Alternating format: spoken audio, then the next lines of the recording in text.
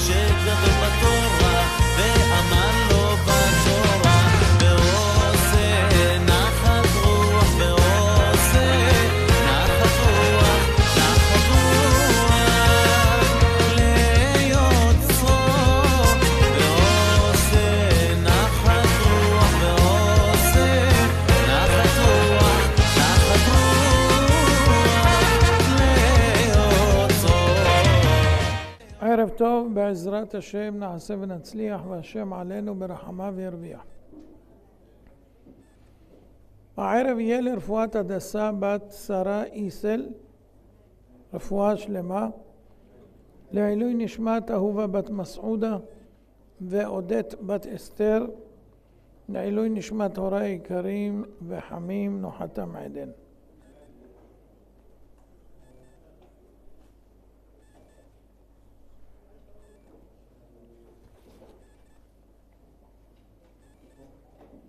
בפרשה שלנו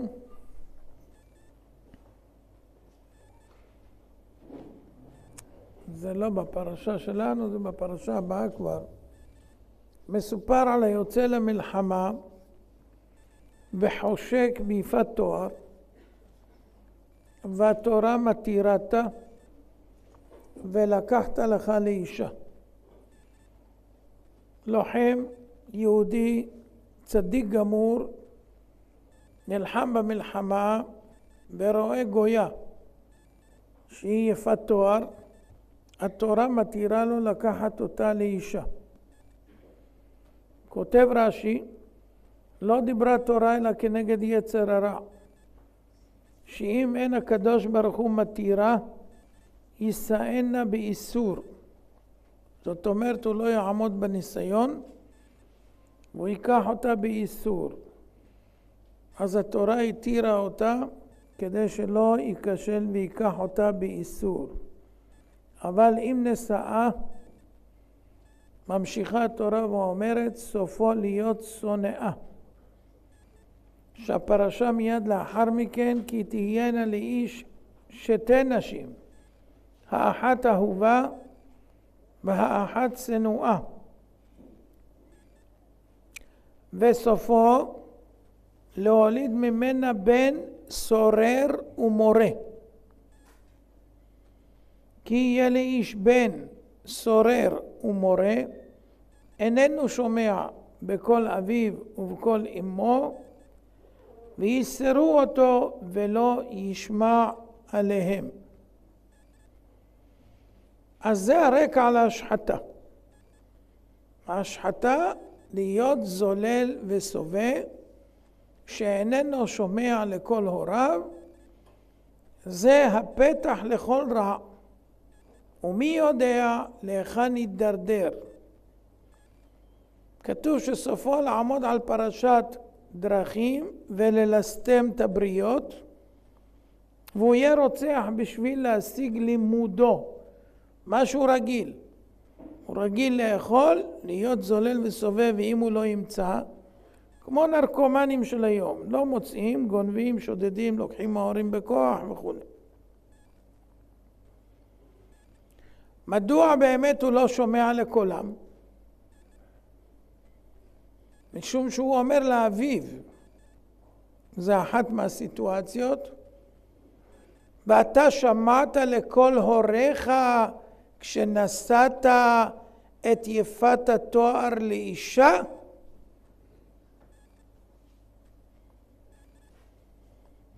כששמשון ביקש מהוריו שיקחו לו את הפלישתית לאישה,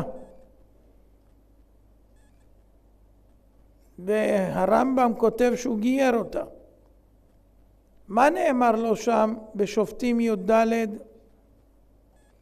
ויאמר לו אביו ואמו, האין בבנות אחיך ובכל עמי אישה, כי אתה הולך לקחת אישה מפלישתים הערלים?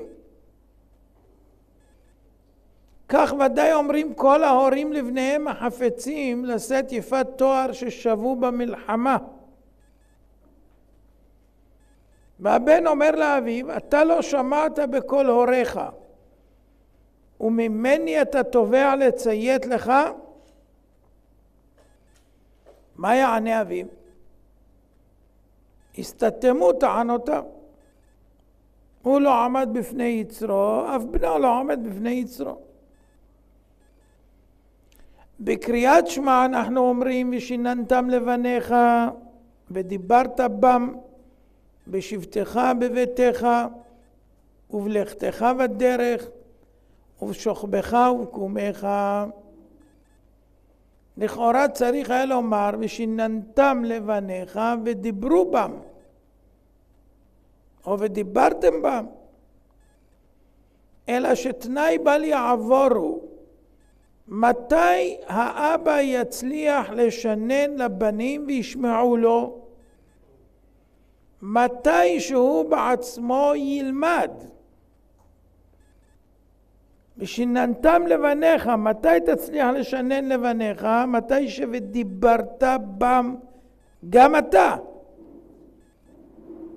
שתהיה דוגמה אישית, שתלמד בהתמדה עצומה. מתי? בשבתך בביתך. הבן רואה שאבא יושב בבית, הוא לומד. בלכתך בדרך, אפילו נוסע באוטובוס, לוקח ספר איתו. ובשוכבך ובקומך. אם הוא יהיה דוגמה אישית, אז גם הבן יאמץ את זה וילמד גם הוא, ואז תלמודו יהיה משונן בפיו. אבל אם האב מתבטל ומעדיף בילויים אחרים, איך יוכל לדרוש מהבן לשקוט על התלמוד?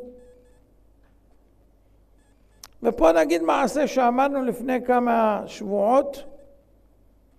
שאלו ילד, אמור, טוב ללמוד תורה? ענה ודאי, כך כתוב, הנחמדים מזהב ומפז רב ומתוקים מדבש ונופת צופים. שאלו אותו עוד שאלה, ומה טוב יותר מהלימוד? אמר, פשטידת אטריות ומלפיפון חמוץ. מניין לך? שאלו. אומר, כי אבא יושב לבחון אותי בשבת על תלמודי, וברגע שמביאים לו את הפשטידה, הוא מפסיק את הלימוד ומתרכז בה. סימן שהיא טעימה יותר מהלימוד. אז איך יוכל לומר לו טול כסה מבין שיניך, אם הבן יכול לומר לו טול קורה מבין עיניך? באחד מהביקורים אומר הרב גלינסקי, במקסיקו, נסעתי להתרים עבור מוסדות התורה. הגעתי בזמן קשה. תמיד מסכן, הוא היה מגיע כשכולם בוכים, שאין להם כסף, מצב קשה וכו'. תמיד זה ככה, מסכנים, העשירים צריך לחם עליהם. אז הוא בא והגיע לשם, היה מצב קשה, והמצב היה כל כך קשה שהוא לא הוציא אפילו דמי הטיסה. זאת אומרת, הוא לא צריך לגבות כסף אפילו שיחסה את הטיסה. ערך המטבע נשחק פלאים, עסקים קרסו, גבירים אדירים התרוששו. הצטערתי על המצב, שמחתי שהגעתי כדי להיות עמהם בצרה, לעודד אותם, להפיח בהם תקווה, לשאת להם דברי אמונה וביטחון. זה היה מאוד נחוץ. ונודע לי, אחד העשירים המופלגים פשט את הרגל, והוא מלא טרוניות על הקדוש ברוך הוא, על שהוריד אותו מנכסיו. בכעסו ניתק כל קשר עם הקהילה, ולא בא יותר להתפלל. אז אם הוא לא בא לבית הכנסת, אני הולך אליו.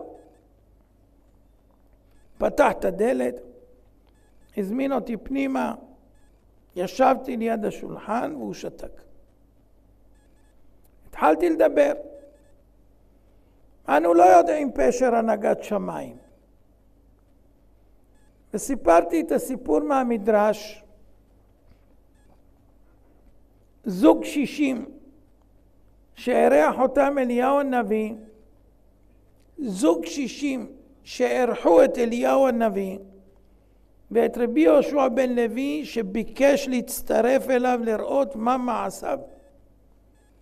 אבל הוא אמר לו מראש, אתה לא תוכל לסבול מה שאתה רואה, בתנאי שאתה תשתוק. הם הגיעו לזוג 60 האלה, שכל הפרנסה שלהם הייתה מפרה אחת שהייתה להם ברפת. והניחו לפניהם חריץ גבינה וחלב, והתחלקו עמם בארוחה הדלה. כשנפרדו מהם שמע רבי יהושע בן לוי שאליהו הנביא מבקש כך, ריבונו של עולם, תהרוג להם את הפרה, הפרה היחידה. לא הרחיקו לכת, שמעו זעקות שבר של בני הזוג מכניסי האורחים כשמצאו את הפרה פגר מת. כל הפרנסה הלכה. תמר רבי יהושע בן לוי, הזה שכרם על הכנסת אורחים שנהגו בנו? ענה לו אליהו הנביא, דע לך, נגזר במרום שהאישה תמות, וביקשתי ששברון הלב במות הפרה יכפר על עונש המיתה. זאת אומרת, זה תמורת זה. משתלם או לא משתלם? משתלם. עכשיו אני רוצה לומר לך, אומר הרב גלינסקי לעשיר שיש לו טרוניות על הקדוש ברוך הוא, למה לקח לו את ממונו? הרי כתוב עני חשוב כמת. אז אם הפכו אותו להיות עני, מסתבר שהוא היה צריך למות. במקום זה לקחו לו את הממון. והוא נחשב כמת, אז הוא נשאר חי. אז אמרתי לו, יש לך ילדים חמודים שלומדים במוסדות כתר תורה. יש לך אשת חיל. תן תודה. מי יודע ממה ניצלת? אבל לשווא לא היה עם מי לדבר. החלטתי שיש לנקוט בצעד קיצוני, ואמרתי, אני לא יכול להשפיע עליך, אבל יש לי השפעה על הנהלת התלמוד תורה, ואני אבקש שמחר יוציאו משם את הילדים שלך. למה הוא התקומם? רואים שנסדק הקרח קצת. מה הם אשמים? אמרתי לו, תבין, הקהילה משקיעה בילדים שיש סיכוי שימשיכו להתחנך בדרך שהתלמוד תורה מתווה. אבל אם אתה לא מתפלל, איך יתפללו הילדים שלך? הם יחכו אותך. אם אתה עושה ברוגז עם הריבונו של עולם, איך הם ינהגו? ואז הוא חייך בהשלמה ואמר, כששמעתי שהגעת למקסיקו, ידעתי שתחזיר אותי לבית הכנסת. אבל הייתי סקרן רק לדעת כיצד תעשה זאת. והוא התפייס בסוף. חזר לבית הכנסת. אנחנו נלמד שאין נתייאש משום יהודי, ואין נתייאש משום מצב. אבל בואו נבין מה זה בן סורר ומורה. דיברנו על בן סורר ומורה.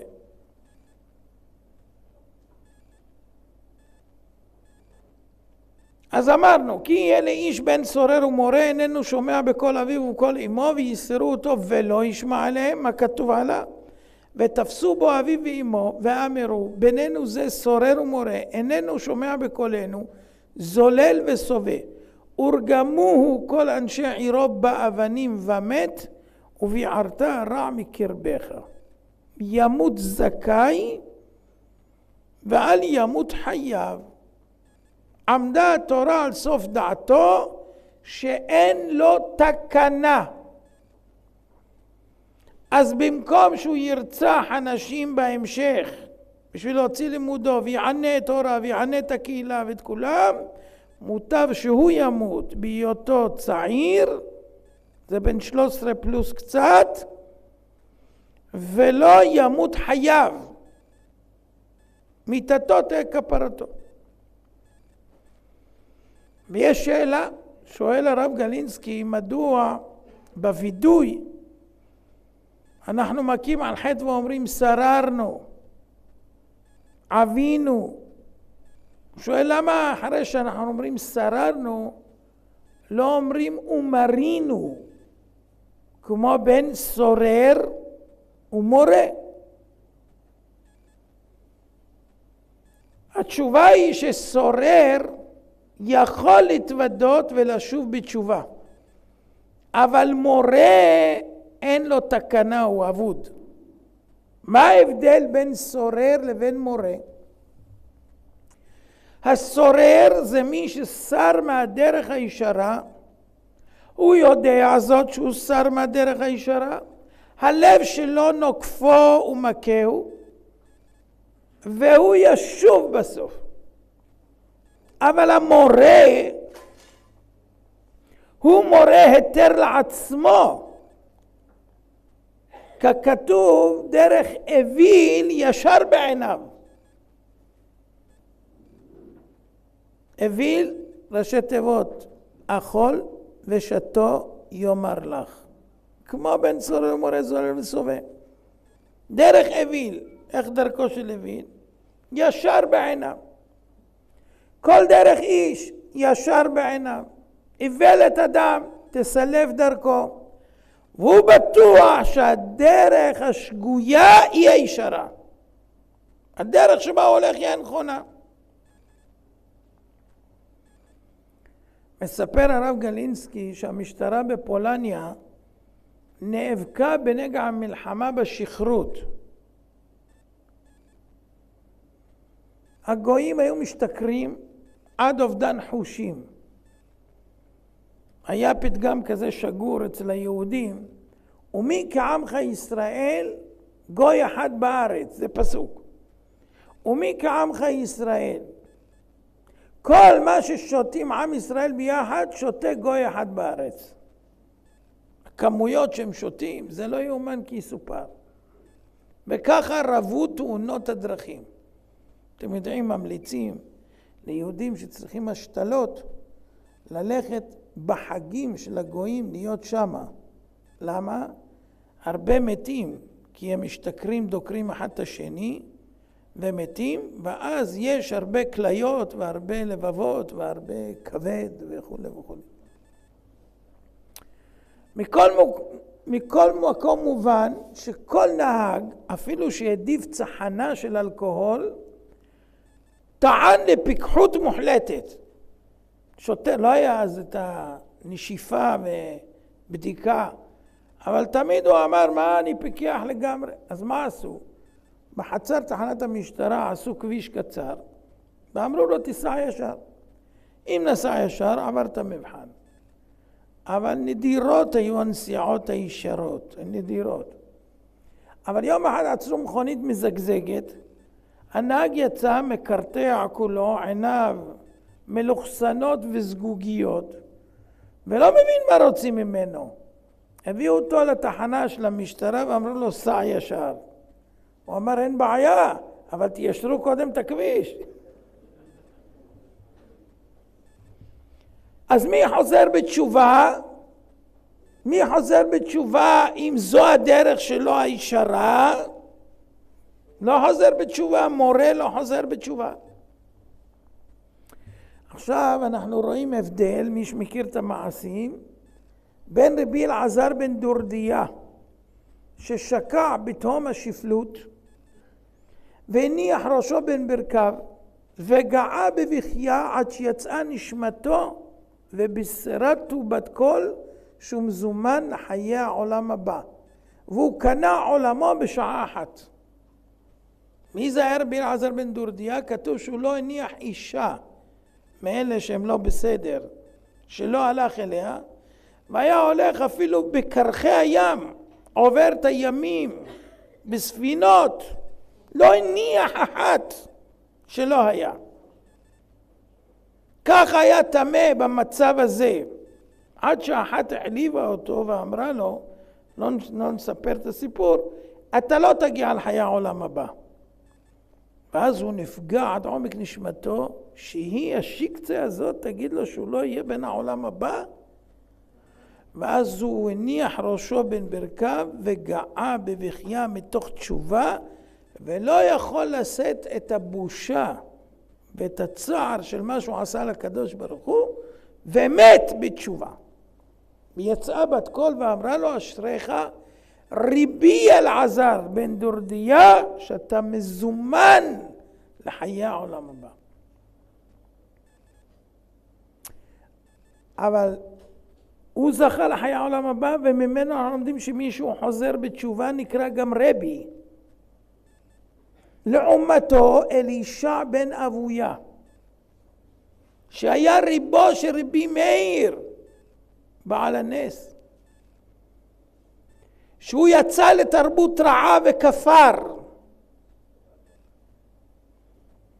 הוא כל העת מצא לעצמו תירוצים במה לתלות את העיוות שלו.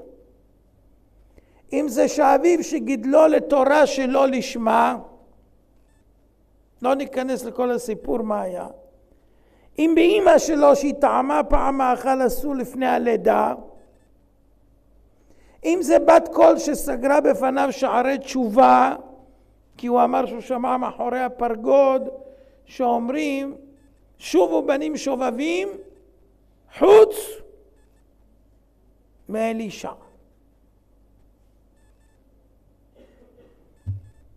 הסוף שהוא מת בלא תשובה, כמו שכתוב בחגיגת ט"ו ובתוספות שם. אבל הוא היה גדול לאין שיעור לעומת רבי אלעזר בן דורדיה שנקרא בסופו רבי. זה טינף כל ימיו את עצמו במעשים שלא יעשו, וזכה לחיי העולם הבא. וזה עבד את האלוקים כל הזמן, והיה ריבו של רבי מאיר. כמה זכויות יש מרבי מאיר בעולם, ואיבד עולמו, כפר בעיקר. אז מה ההבדל ביניהם? ההבדל הוא כך: רבי אלעזר בן דורדיה ידע שהוא שגה, ואמר אין הדבר תלוי אלא בי, והוא שב בתשובה שלמה, והשם קיבל אותו באהבה. ולא עוד אלא שמן השמיים הורו לקרות לו רבי. מאותו יום הוא נקרא רבי. וגם אם שררנו לא מרינו, כי אוי ואבוי אם מרינו אין תקווה, אין תקנה, זה לאבדון. רבים שואלים, לאברהם אבינו היה בן כישמעאל, ליצחק אבינו היה בן כעשיו. ישמעאל גורש מבית אברהם אבינו. למה? תפסו אותו על עבודה זרה, על גילוי עריות ועל שפיכות דמים. הוא היה מצחק. ושרה טבעה לגרש אותו. לאברהם היה קשה מאוד עם זה, עד שהשם אמר לו שמע בקולה, והוא גירש אותו.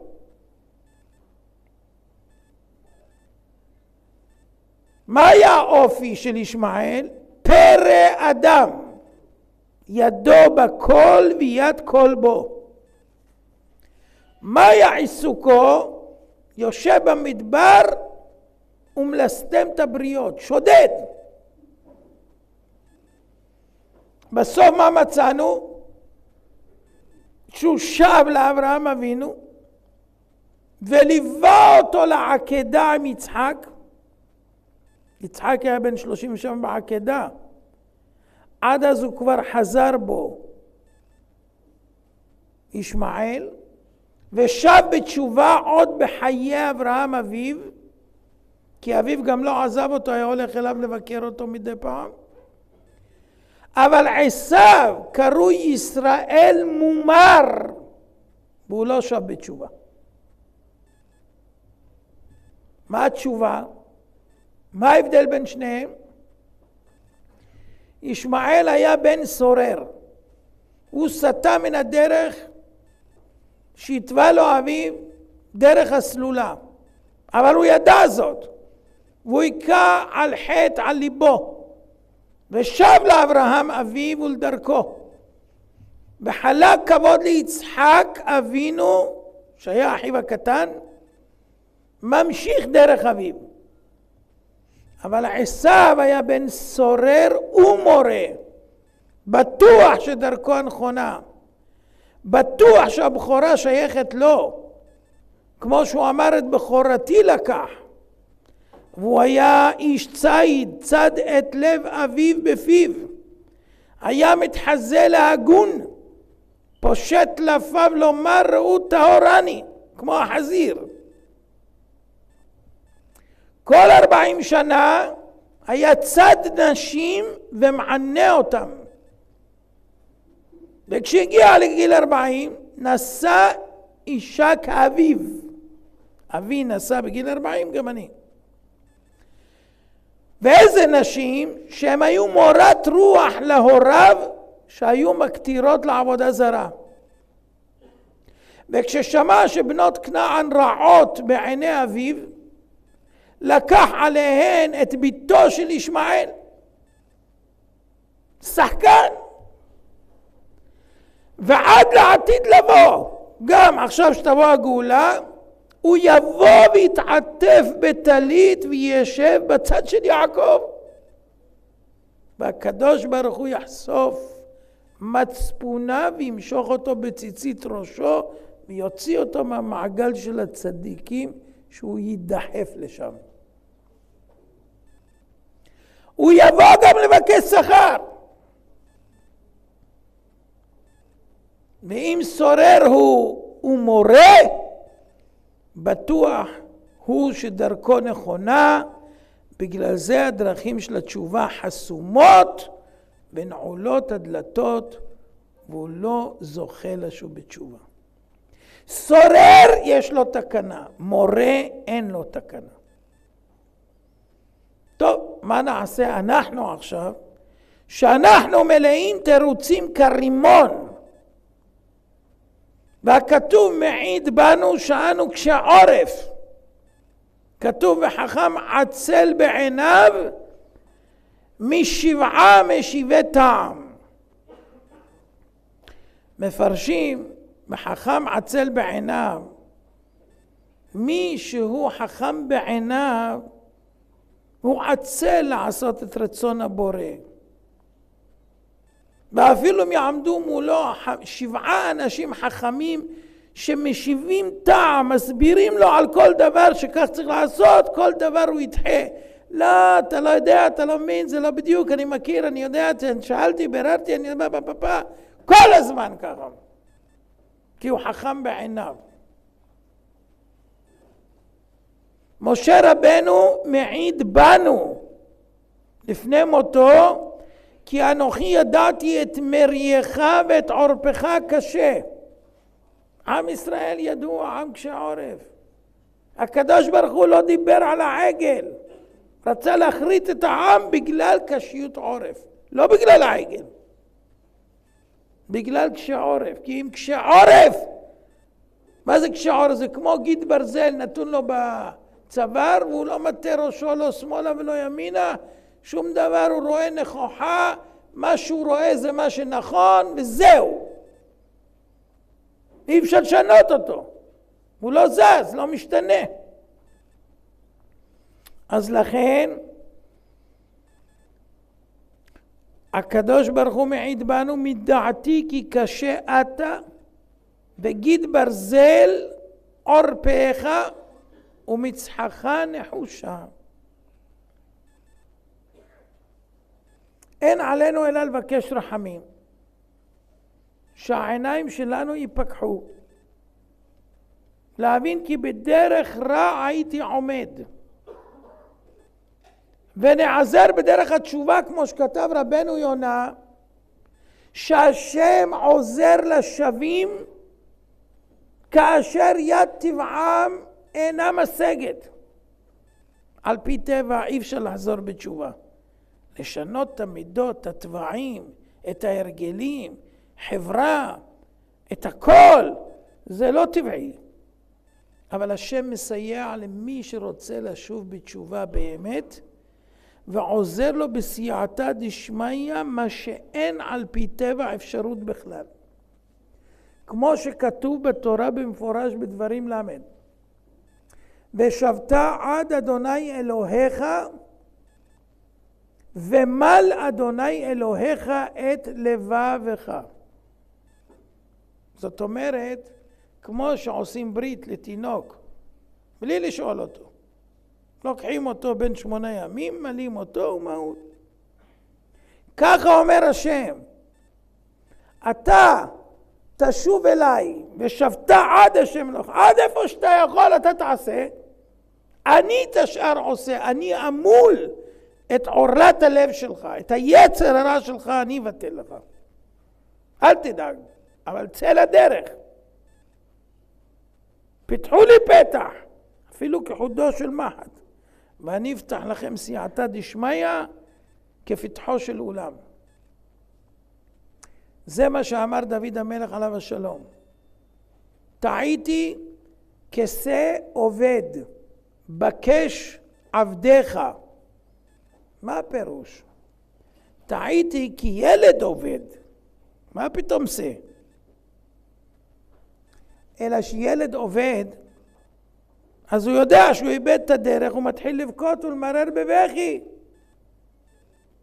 אבל כשזה עובד, הוא לא יודע שהוא עובד. מאיפה שהוא רואה עדר, הוא מסתפח אליו, והוא סובר שזה מקומו. לכן הואיל וטעיתי כשה עובד, אדם מאבד כבר את הדרך, אז מבקש דוד מהקדוש ברוך הוא, בקש עבדיך. שהקדוש ברוך הוא יבקש את הנידחת, ואת העובדת, ואת הנשברת, ואת הנחלה.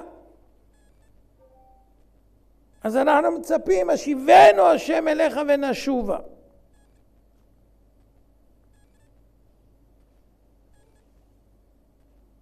התורה ממשיכה ואומרת, לא תראה את שור אחיך או את שיו נידחים והתעלמת מהם.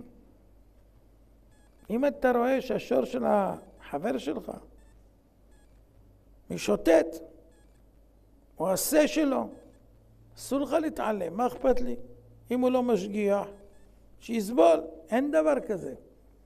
השב תשיבם לאחיך. כמה פעמים? אפילו 100 פעמים.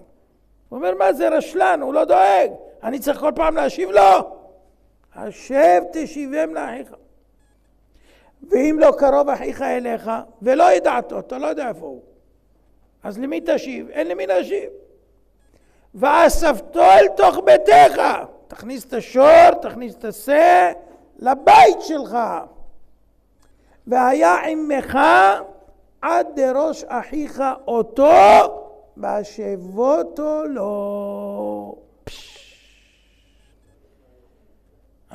איך התורה דואגת? אז אם היא דואגת לשור או לשה של אחיך שהם טועים בשדה או באיזשהו מקום ואתה חייב להשיב, אז אם הבן של אחיך טועה וסטה מן הדרך והוא בן סורר, מצווה עלינו להשיבו לאחיך.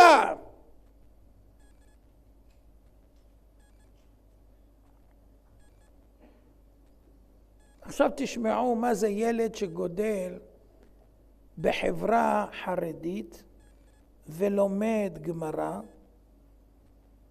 מה השאיפות שלו, עד איפה הוא מסתכל. כתוב חכם רואה את הנולד. והפעם אני מדבר על ילד מיוחד שקראו לו הרב יעקב גלינסקי, מחבר הספר.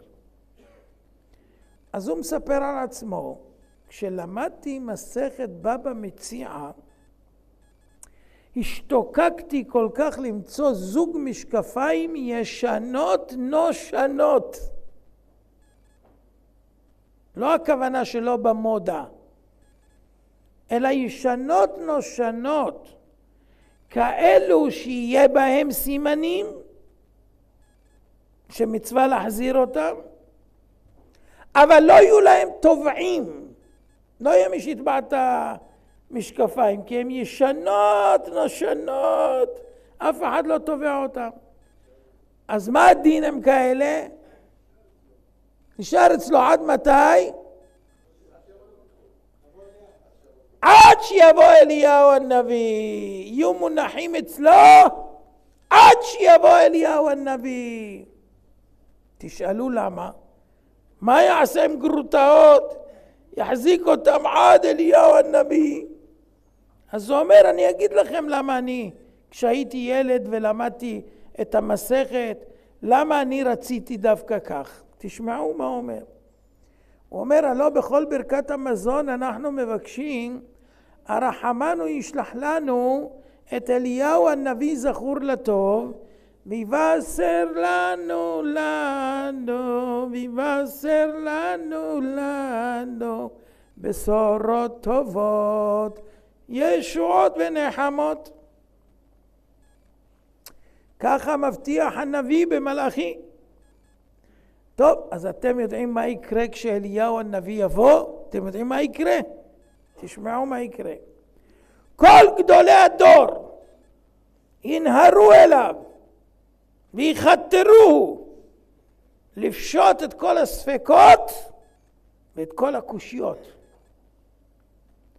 כמו שכתוב במנחות מ"ה, פרשה זו עתיד אליהו לדורשה. או כמו שכתוב בגמרא בשבת כ"ח, לכשיבוא אליהו ויאמר. כל זה ממתינים כל החכמים שיגיע אליהו. למה? בגמרא כתוב מספר פעמים תיקו. תיקו. מה זה תיקו? ראשי תיבות. תשבי יתרץ, קושיות ואיבעיות. כל הקושיות שיש לחכמים שלא נפשטו, הספקות שלהם, וכל האיבעיות, כולם ממתינים עד שיבוא אליהו ויתרץ. טוב, בעניין הזה אומר הרב גלינסקי, שאלתי את הרב מפונוביץ', זכר צדיק ברכה, למה אומרים תיקו? למה אומרים תשבי יתרץ, קושיות ואיבעיות? והכוונה תשבי על שם עירו של אליהו הנביא, שהוא היה מהעיר תושב שבגלעד. כמו שאומר רש"י במלכים א' י"ז, פסוק א'. ושאלתי מדוע לא אומרים איקו, אליהו יתרץ קושיות ואיבעיות. למה אומרים על שם העיר שלו ולא אומרים על שמו הוא איקו? עלני בהתלהבות הרב מפונוביץ', וכי למי יבוא אליהו הנביא לתרץ קושיות שלא נפטרו? לישיבות הקדושות. ובישיבות הקדושות מה נהוג? נהוג לקרוא לכל הגדולים על שם הערים שלהם, כמו הגאון מווילנה, רבי חיים מוולוז'ין, רבי חיים מבריסק, הרוגוצ'ובר, הדדנבורגר, הסטייפלר, זה על שם ערים.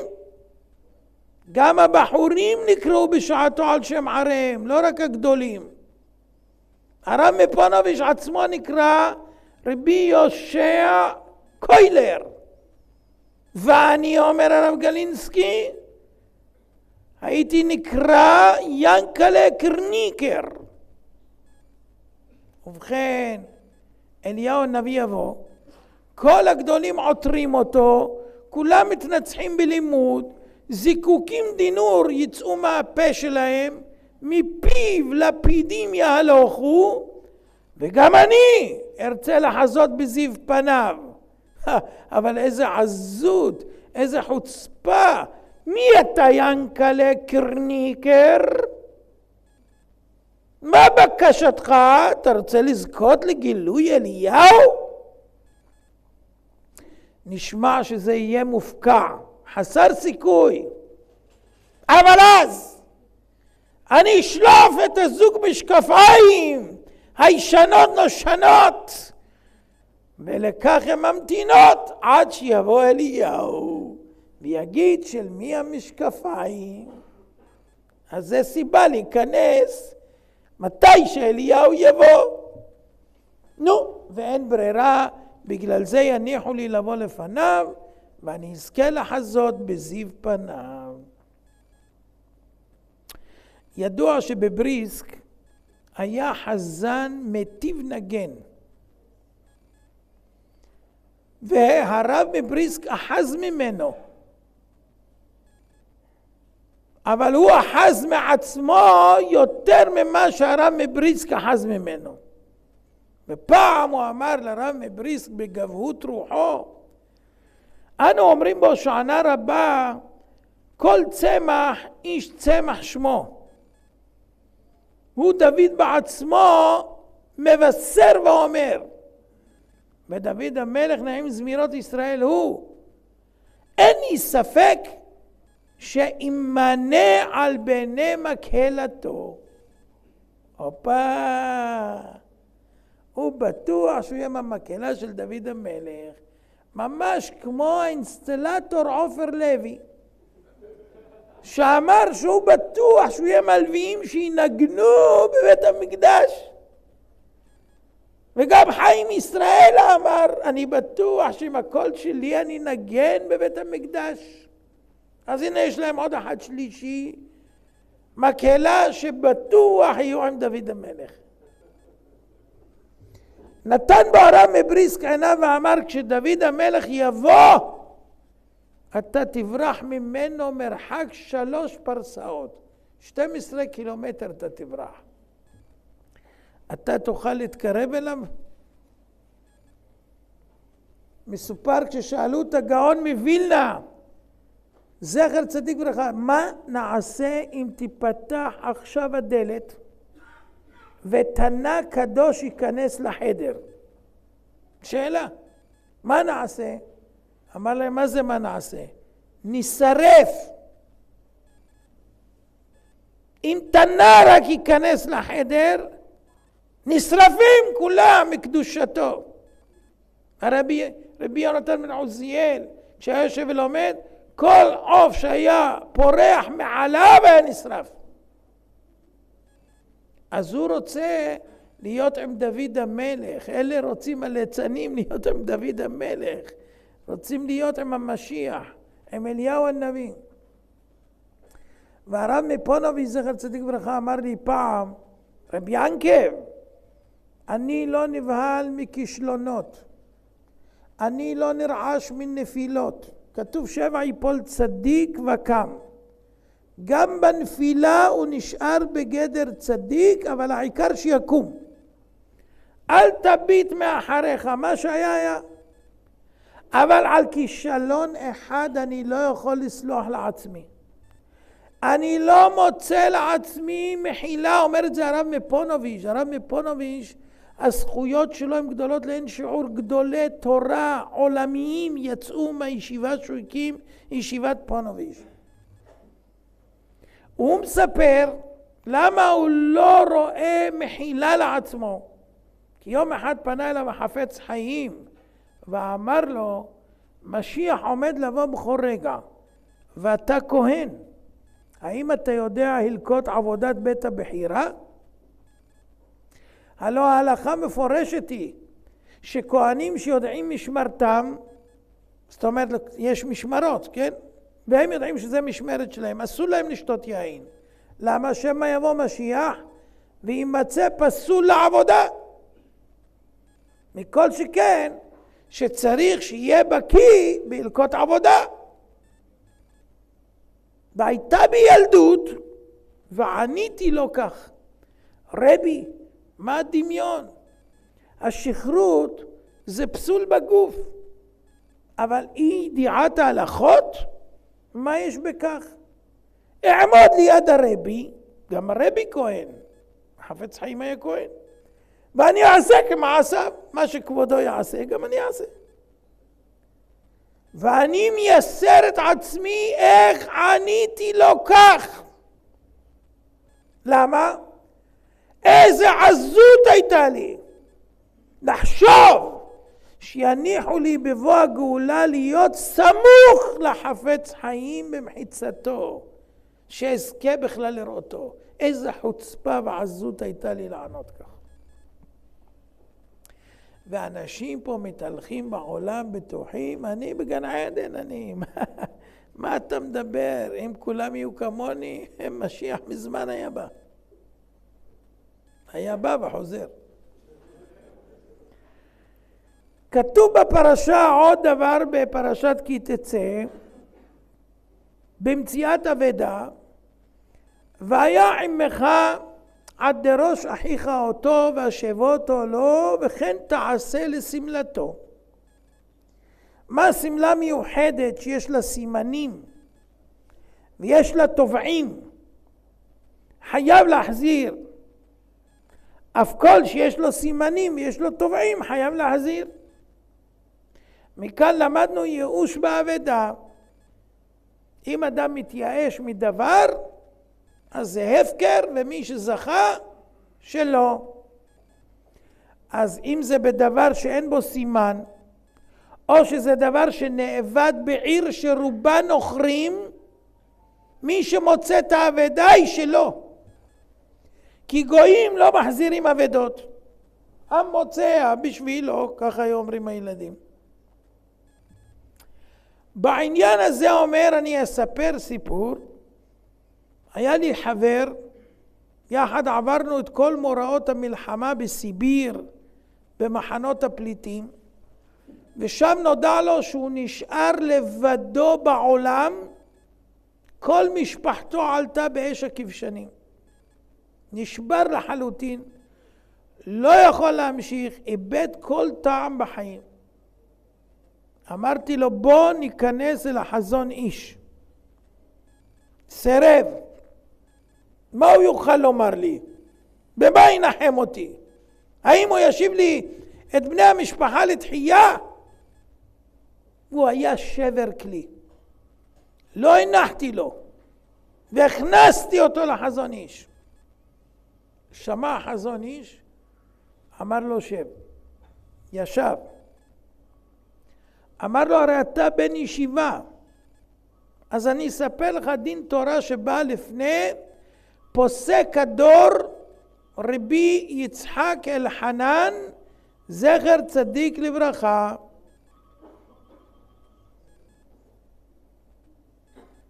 מעשה באברך ששקד על התורה ואשתו פרנסת הבית. הייתה סוחרת ממולחת, קנתה סחורה מבוקשת בזול, כסף מזומן, ומכרה ברווח נאה. יום אחד לקחה את צרור הכסף בידה, נסעה לעיר הגדולה ליום השוק, אבל לדאבונה אבד הארנק, חשך עליה עולמה, כל כספה היה בו. מיהרה לרב וביקשה שיכריז שמי שמצא את הארנק יביא אותו אל הרב. הרב הכריז, הגיע יהודי עני ואביון וסיפר שמצא אותו. נתנה אישה את הסימנים בארנק, והתברר זה הארנק שלה. אמר האיש העני הזה והאביון, כבוד הרב, גם אני למדתי פעם בחיידר, ואני יודע את הדין. מי שמוצא מציאה בעיר שרובה נוכרים, הרי היא שלו. לפי זה הארנק שלי. מפני שהבעלים מתייאשים. ותדע לך שיש לי בת בוגרת, ואני זקוק להשיא אותה, והכסף הזה כאוויר לנשימה. כשמצאתי, שמחתי. מן השמיים זימנו לי מציאה כשרה. אבל הרב הכריז להביא אותה אליו, לכן באתי. איפה תמצאו היום יהודים כאלה נחמדים? אבל אני מודיע להוד מעלתו, אם על פי דין הכסף שלי, אני לא מוותר עליו. הרב נבוך, מצד אחד הכל מודים שהכסף היה של האישה, כי היא נתנה סימנים. וזה היה כל הונה, וכל פרנסת ביתה תלויה בזה. מצד שני, היהודי צודק. זו עיר שרובה נוכרים, והמוצא במציאה הרי הם שלו. נשא החזון איש עיניו ושאל בחיוך את הבחור המיואש, שכל המשפחה שלו עבדה בשואה. אמר לו, נו, מה דעתכם? מה הדין? מה הדין? אתה אומר חצי חצי, ישר אתה מוותר על חצי למישהו. כל אחד אתה מפסיד לו חצי. האברך כימת את המצח, משך בכתפיים, לא מוצא מוצא, אומר מסכנה אישה. המשיך החזון איש ואמר, אכן, זו הייתה גם דעתו של הרב, רב אלחנון, אבל הוא שלח את השאלה לרב של קובנה, והוא ענה, על פי דין, חייב המוצא להחזיר לאישה את כספה. נו, מי יודע לתרץ את זה? איך הוא פסק כך? הרי זה עיר שרובה נוכרים, והמוצא בעיר שרובה נוכרים זה דין מפורש פשוט, הרי אלו שלו. איך הוא אמר? הפך מן הדין לכאורה, איך הוא אמר? מה? כן, אז מה? ברור מדוברה בזה. האברך נדרך. גם אני. לפנים משורת הדין מובן. גמרא ערוכה היא. ונפסקה להלכה. זו גמרא ערוכה במציאה כ"ד עמוד ב' ונפסקה להלכה בחוסן משפט רנ"ט הלכה ה'. אבל על פי דין, מדוע? לפנים משורת הדין אני מבין, אבל על פי דין, למה? הסביר לו החזון איש, תקשיבו טוב, זה מתוק מדבש שהיה שווה לכם להמתין פה שעות לשמוע את זה. יסוד הדין שהמוצא מציאה בעיר שרובה נוכרים הרי היא שלו, זה משום שהבעלים מתייאשים. כי סוברים שוודאי נוכרי מצא אותה ויקח אותה. אבל כאן היה כסף של האישה. ומה שקנתה אישה קנה בעלה. כל מה שקונה אישה זה קנוי לבעלה. כמו שכתוב בגיטין עין זן. ובעלה לא ידע שהכסף עבד. וממילא הוא לא התייאש. לפיכך יש להחזיר את הכסף לאישה מצד הדין. לא לפנים משורת הדין, על פי דין. ועיני האברך נצצו, איזה גאונות. ואז רחן החזון איש לעברו במבט נוקב, ואמר לו, הדברים אמורים גם לגביך. מי נתן לך רשות להתייאש? אפילו חרב חדה מונחת על הצוואר, אל להתייאש.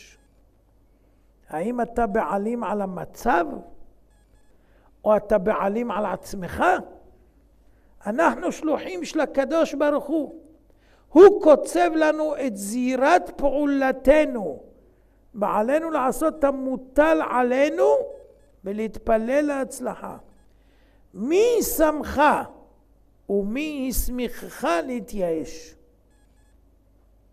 האברך יצא משם אדם חדש. אין להתייאש. נזכיר את הגמרא בברכות יוד. כתוב בימים ההם חלה חזקיהו למות. ויבוא אליו ישעיהו בן אמוץ הנביא ויאמר אליו, כה אמר אדוני צב לביתך כי מת אתה ולא תחיה. חזקיה המלך היה מלך צדיק. בזכותו 370 מיליון חיילי סנחריב מתו. בזכות צדקותו שהוא הקדים ולימד תורה לישראל, תוך 3 שנים כל ישראל ידעו את התורה.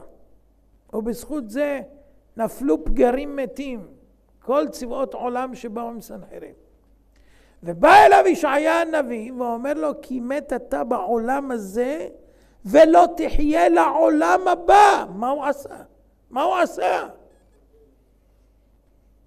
על שלא נשאת אישה. אז הוא הסביר למה הוא לא נשא אישה. הוא היה בעל רוח הקודש, אדם צדיק וקדוש. הוא אמר, ראיתי ברוח הקודש שיוולדו לי בנים שלא הגונים. אחד מהבנים שלו, אתם יודעים מי זה היה? מנשה, שהכניס צלם להיכל ובגינו נגזר החורבן. זה היה בן שהוא ראה ברוח קודשו. והיה לו עוד אחד שהוא הרג אותו בקטנותו. אז אמר לו ישעיה הנביא, בעדי כבשי דרחמנא, למה לך? מה אתה נכנס במסתריו וחשבונותיו של הקדוש ברוך הוא? עליך לעשות מה שנצטווית, ומה שירצה הקדוש ברוך הוא יעשה. אמר לו, אתה יודע מה? תן לי את הבת שלך. אולי ייגרם הזכות שלך והזכות שלי ויוולדו בנים טובים. אמר לו, כבר נגזרה עליך גזרה. זאת אומרת, אין מה לעשות, אתה צריך למות ולא תחיה לחיי העולם הבא. אמר לו בן אמוץ, כלה נבואתך וצא. כך מקובלני מבית אבי הבא, אפילו חרב חדה מונחת על צווארו של אדם, אל ימנע עצמו מן הרחמים. רש"י מסביר, כך מקובלני מבית אבי אבא, זה דוד המלך, שראה את המלאך וחרבו שלופה בידו, ולא מנע עצמו מן הרחמים. מיד ויסב חזקיהו פניו אל הקיר ויתפלל מקירות ליבו, והוסיפו לו 15 שנים לחייו. אז זאת אומרת, אין להתייאש. אל ימנע עצמו מן הרחמים. אפילו חרב חדה על הצוואר זה מקום מאוד רך. ואם היא כבר מונחת זה רק נעיצה קלה והאדם מת. אפילו שכבר מלאך המוות שם את החרב החדה בצוואר, אל ימנע עצמו מן הרחמים. ויש אמרה נודעת, ואכלת את שלל אויביך, אויביך בלי וו, א' י' ב' כ', שזה נוטריקון, אין ייאוש בעולם כלל.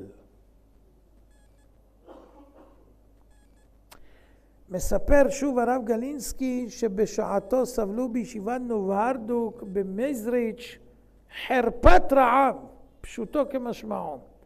ראש הישיבה הגאון הצדיק רבי דוד בלייכר, זכר צדיק וברכה, השם ינקום דמו, היה מחטט רגליו בין הכפרים סביב לאסוף אצל היהודים לחם לאכול.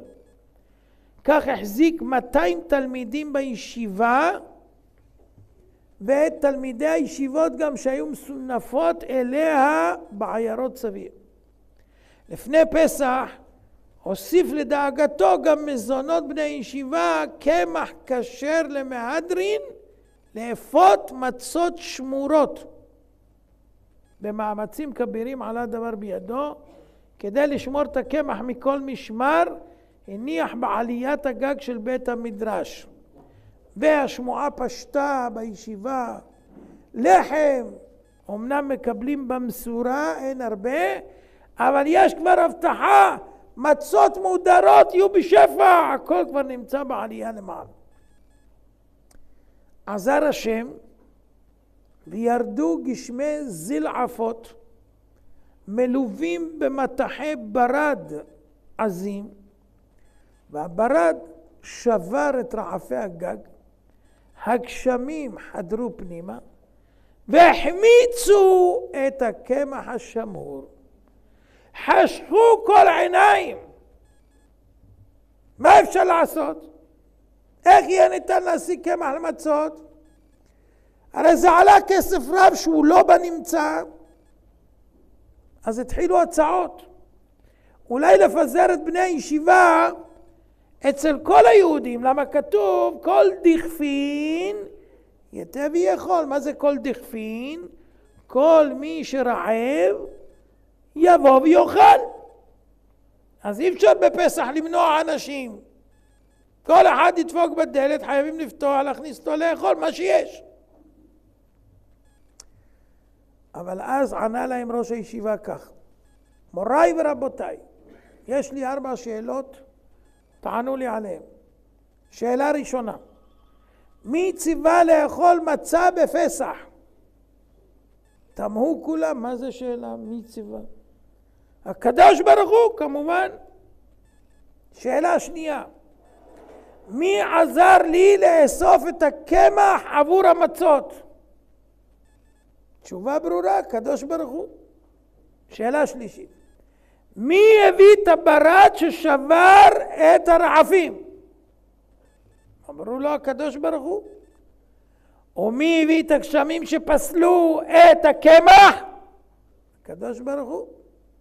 נו, אז אם הוא עשה את כל זה, הוא יביא לנו קמח חדש למצות.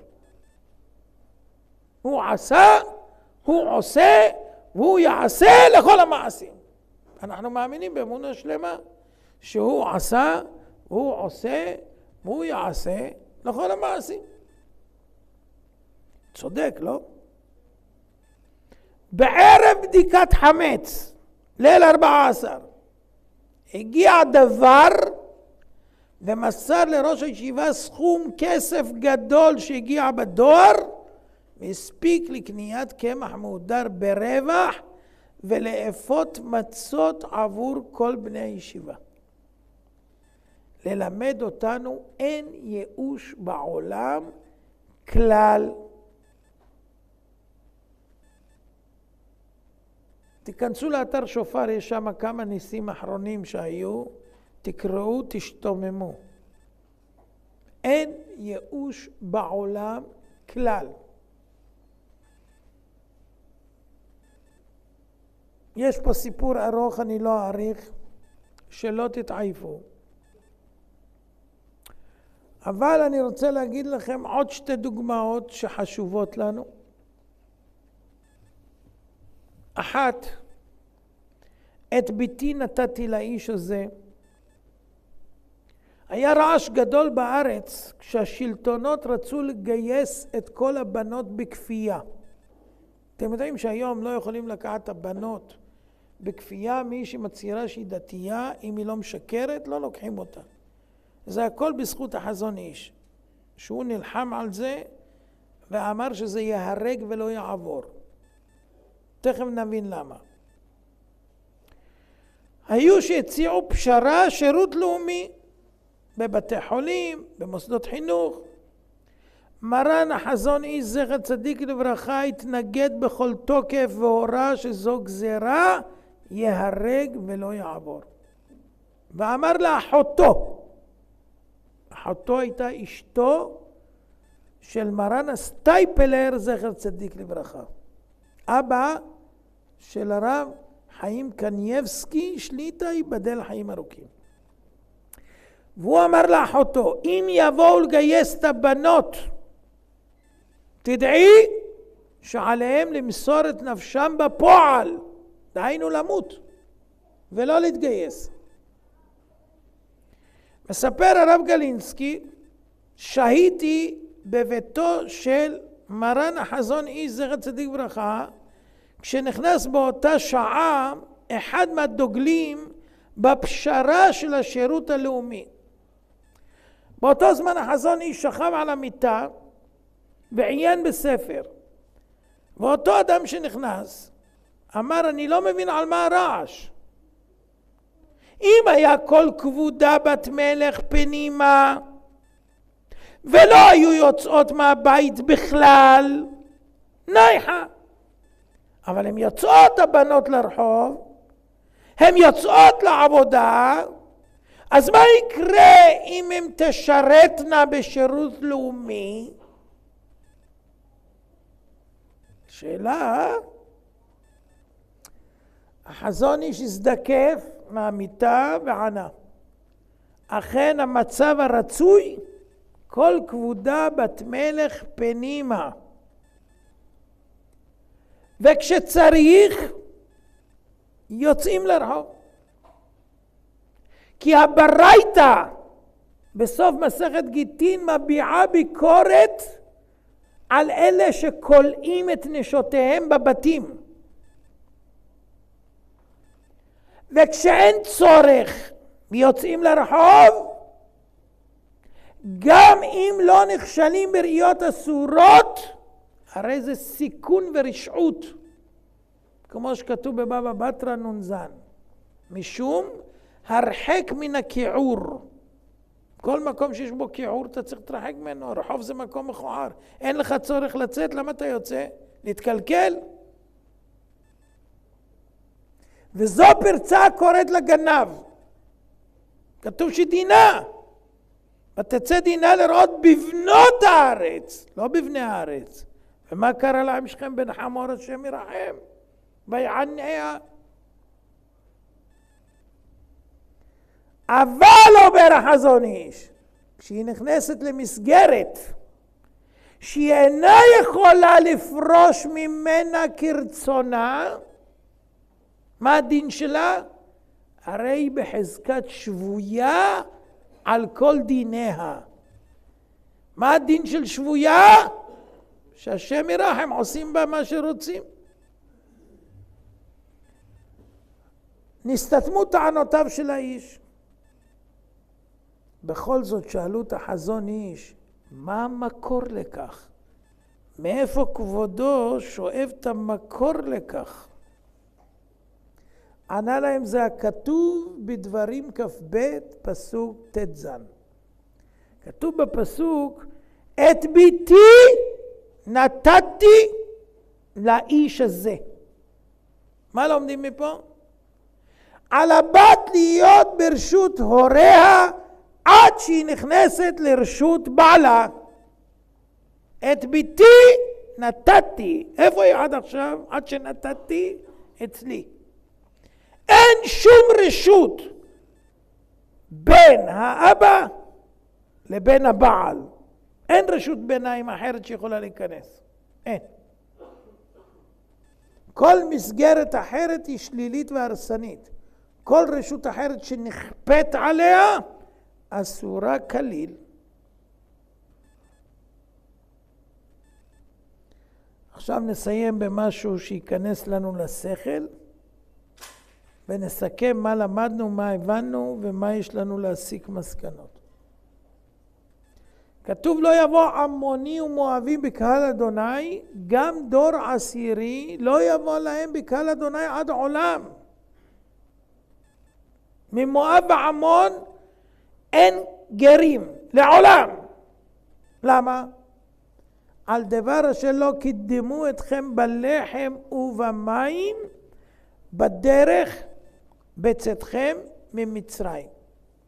וואי וואי וואי וואי. האיסור הזה שונה מכל שאר איסורי חיתון. כל איסורי חיתון נוהגים בזכרים ובנקבות כאחד. כאן ההלכה היא עמוני ולא עמונית, מואבי ולא מואבית. כתוב לא יבוא עמוני ומואבי, דווקא זכרים, אבל לא הנקבות. לכן הותר לרות המואביה, אמא של המלכות של בית דוד, ונעמה עמונית שהייתה מעמון, האמא של רחבעם שהיה בן של שלמה המלך. הם כן יכלו לבוא בקהל. ההלכה הזאת הייתה רופפת דורות רבים, שאומנם הנימוק הוא על דבר אשר לא קידמו אתכם בלחם ובמים. מה פירוש? הם היו כפויי טובה, תכף נבין. אבל כתוב על אשר לא קידמו אתכם בלחם ובמים. דרכו של מי לקדם? דרכו של איש לקדם, ואין דרכה של אישה לקדם. צניעות.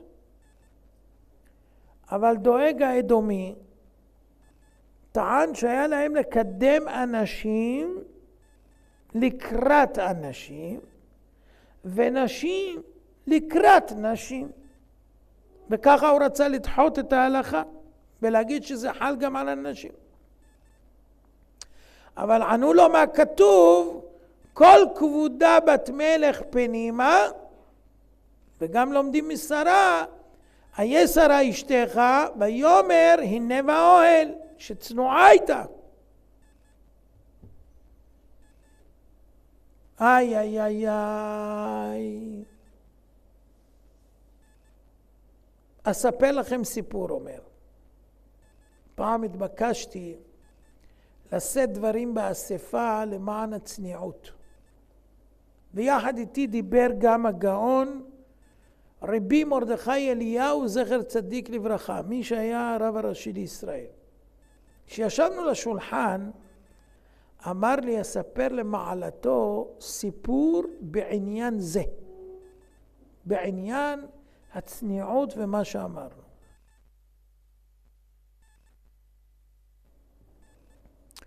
אמר אבל לא בכל מקום אפשר לספר. ייתכן שיש כאן הקצנה לשני הצדדים, וכבר אמרו ריבותינו בסוף מסכת גיטין שיש לנקוט בעניינים אלו בשביל הזהב. אבל מכל מקום המעשה שהיה, כך היה. הייתי, מספר הרב מרדכי אליהו, דיין בבאר שבע. בא אדם לגרש את אשתו. יהודי דתי. מהעדה ג'רבאית. חקרנו. מה ראית לכך?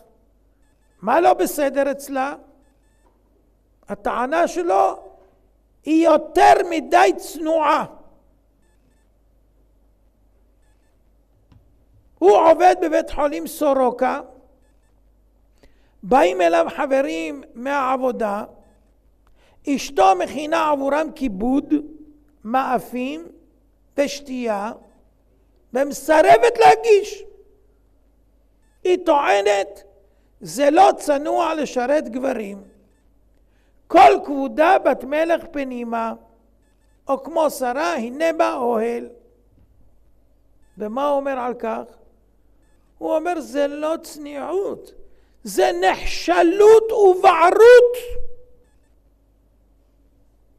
כיוון שהיה ג'רבאי, התקשרתי למנהיג העדה, הגאון רבי רפאל קדיר צבן, זכר צדיק לברכה, לשאול בעצתו. והוא ענה, הבעיה מוכרת, כבר נכנס בעובי הקורה והתייאש. גם הוא טיפל במקרה והתייאש. הבעל אדם הזה קשה ועיקש, וכל המאמצים להשכין שלום עלו בתוהו. ניסינו לדחות את הבעל בלך ושוב, והוא בשלו. אמרנו לו, אתה יודע מה? נסדיר לך גט, בתנאי שהדירה תישאר אצל האישה. חשבו שבזה הוא יסרב. אמר על מנת כן. העיקר לגרש. אמרו לו, הילדים יישארו ברשותה. אמר על מנת כן, אין בעיה. לא הייתה ברירה. סידרנו גירושין. כעבור חודשיים, מספר הרב מרדכי אליהו, זכר צדיק לברכה, אני מגיע לבית הדין, נכנס אדם, כל הראש שלו חבוש, רק העיניים מציצות, הפה פעור, חסר שיניים. מי זה האיש? המגרש הג'רבאי. מה העניין?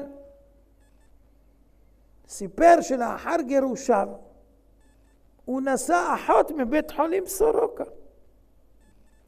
ערכו בביתם סעודה לכל האורחים. חברים אכלו, שתו. כמובן שאשתו השתתפה בכל המסיבה לשמחת ליבו. החברים הטיבו את ליבם והלכו לדרכם. זהו, אמרה האישה, עכשיו תפנה את השולחן. מחילה, זה תפקידה של האישה, הוא אמר לה. אדוני, אצל אשתך הקודמת היית המלך, פה אני המלכה. ככה היא עונה לו, מבוסמת הייתה, היא שתתה זעתתה קצת.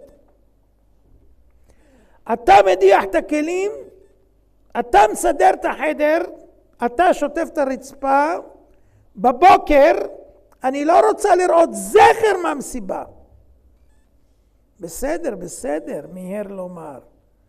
אתה מלכה, אבל גם אני מלך. אתה אפס אפסים, צווחה. נטלה את בקבוק הקוניאק מהשולחן ופיצחה לו את הראש.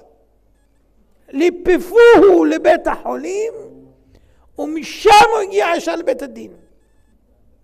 אמרתי לו, כך מספר הרב מרדכי אליהו, הייתה לך אישה חשוכה ונבערת. הנה קיבלת אישה מתקדמת ונאורה. לא, לא, לא, אני רוצה לחזור לראשונה. התקשרתי לאישה והיא התנתה את הסכמתה רק אם הרב רפאל קדיר צבן יסכים לאשר, היא תחזור אליו. צלצלתי אליו וסיפרתי לו, אמר, נו, אם פתחו לו כבר את הראש ונכנס לו השכל, אז שיוכל לחזור. כן, רבותיי, אנחנו למדנו כמה דברים הערב. אז דבר ראשון, למדנו שמי שחושק באישה ולא עומד ביצרו, יבוא לו בן סורר ומורה, שאחר כך ימרמר אותו, ודין סורר ומורה למדנו, ולמדנו מה החילוק בין סורר לבין מורה, זה יש לו תקווה וזה אין לו תקווה, והשם ירחם שאנחנו לא נהיה מאלה, ולכן ברור למה בווידוי אנחנו אומרים שררנו וקופצים ישר לעבינו, אבל לא אומרים שררנו ומרינו, אוי ואבוי, כי אז אין תקנה ואי אפשר לשוב בתשובה. אז גם אם שררנו, יכולים לחזור. כמו רבי אלעזר בן דורדיה, שהלך עד הקצה האחרון הכי גרוע, אבל ברגע אחד קנה את עולמו. אבל אלישע בן אבויה, שחשב שזה הדרך ויש לו תירוצים והסבר לכל מהלך שהוא עושה, לא הייתה לו תקנה ויצא מן העולם כמו שיצא. אחר כך למדנו עוד קצת הלאה, וראינו גם שלא נהיה קשי עורף, ונהיה כמו שאדם צריך להיות רך כקנה, ומקבל את רצון הבורא בסופו של יום, מה שנקרא. למדנו שאם רואים את השור או עשה של אחינו, כוונה יהודי, שומר תורה ומצוות, אנחנו מחויבים להחזיר, לשמור, עד שהוא יבקש את הדברים. ואמרנו שכמו כן ודאי ברוחניות, אם מישהו עבד לו הבן, שר מן הדרך, מצווה להשיבו לו, וזו זכות גדולה מאוד מאוד. ושלא יחזיק אדם בעצמו שהוא ראוי חס ושלום כמו החזן של בריסק וכולי, וגם צריכים לדעת שלא נחלום חלומות שאנחנו נראה את אליהו הנביא וניפגש אפילו עם החפץ חיים שהיה דור אחד לפנינו בלבד. רחוקים, וצריך המון להתאמץ, ואולי צריך פטנטים כמו של הרב גלינסקי, לחפש משקפיים ישנות נושנות, שנוכל לדחף עם סיבה, שנוכל לזכות ולראות. למדנו גם שאסור להתייאש, אבל שלא נתייאש בשום מצב, כמו שראינו את אותו אומלל חיים שכל משפחתו נספתה בשואה ועמד להתייאש, וראינו שאין ייאוש בעולם כלל, והישועה יכולה לבוא כהרף עין, ואפילו בערב החג יימצא כסף למחביר, לקנות מצות לכל בני הישיבה וכו'. וגם אם חושבים שהפסדנו את כל הכסף, אם נזכה שאיזה גאון ילמד את הסוגיה טוב, יכול להיות שיחזירו לנו אפילו בעיר של נוכרים, נקבל בחזרה את האבדה מהדין שלמדנו, שהבעל לא התייאש. ואנחנו למדנו עוד כמה דברים, שבת ישראל צריך לשמור על כבודה מאוד מאוד, ולדעת עד כמה העניין הזה הוא חמור מאוד, שזה דין של שבויה, ודין של שבויה מבואר בהלכה, הוא אסור יהיה, ספק אחר כך אם מישהו ירצה להשתדך איתה וכו'. דבר נוסף, שאדם לא יקצין, ולא יחשוב שמי שמקצין הוא המוקצה, אלא עדיף שאדם מקצין על פי ההלכה ושומר עליה כמו שצריך, ולא מי שיש לו ראש פתוח שאחר כך פותח גם לאחרים את הראש. אלא צריך להיות סביב ההלכה, סביב ההנהגה הישרה הנכונה. נכון שיש לפעמים ויתורים, כי אם אתה עצלן, אתה לא רוצה להגיש, אתה רוצה שיגישו לך, אתה חושב שאתה מלך וכו'. אבל בסופו של יום רואים מי מצליח לשרוד ומי לא מצליח לשרוד, ובסוף החלטות נחפזות וחפוזות מתבררות כנמהרות ושגויות, וחבל שמפסידים את החיים, לפעמים לא מספיקים אפילו לחזור, כי בינתיים התחתנה עם מישהו יותר חכם. אם כן, יהודים יקרים, משהו למדנו היום. אם נאמץ לנו דבר או שניים מתוך זה, בעיה זה שכרנו. למי שיש שאלות, בבקשה. כן. כן, רציתי, בעקבות מה שדיברנו פה קצת על חינוך ועל דרך ארץ ועל זה, יש בעיה. אתם יודעים, יש פה איזה תלמוד תורה של 240 ילדים, 420? 420.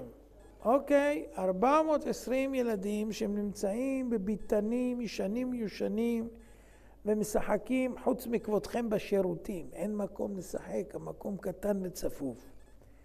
ויש ראש עיר שקוראים לו יונה יהב, והוא מתנגד מאוד מאוד לעזור להם. אבל מצד שני, הוא מאוד מאוד אוהב את הדרוזים השכנים מעוספיה, והם אחיו, כן, והוא אוהב אותם, והוא עוזר להם, ואפילו לא תמיד הוא רומז על פי החוק, משתדל ככה לעזור להם עוד, אלה האחים שלו. וגם לכלבים הוא דואג מאוד, לכל כלב הוא נותן יותר מגודל של כיתה, שלומדים הילדים היהודים החרדים שרוצים ללמוד תורה. וההורים הכינו סרטון ושלחו לי והזדעזעתי. אז אמרתי שאני אהיה שותף למצווה, לשתף אתכם, אולי תקימו קול קורא, אחינו בית ישראל. לא גויים עושים להם את זה בארצות הנכר. פה, בעירנו, חיפה. בבקשה. זה הדרק.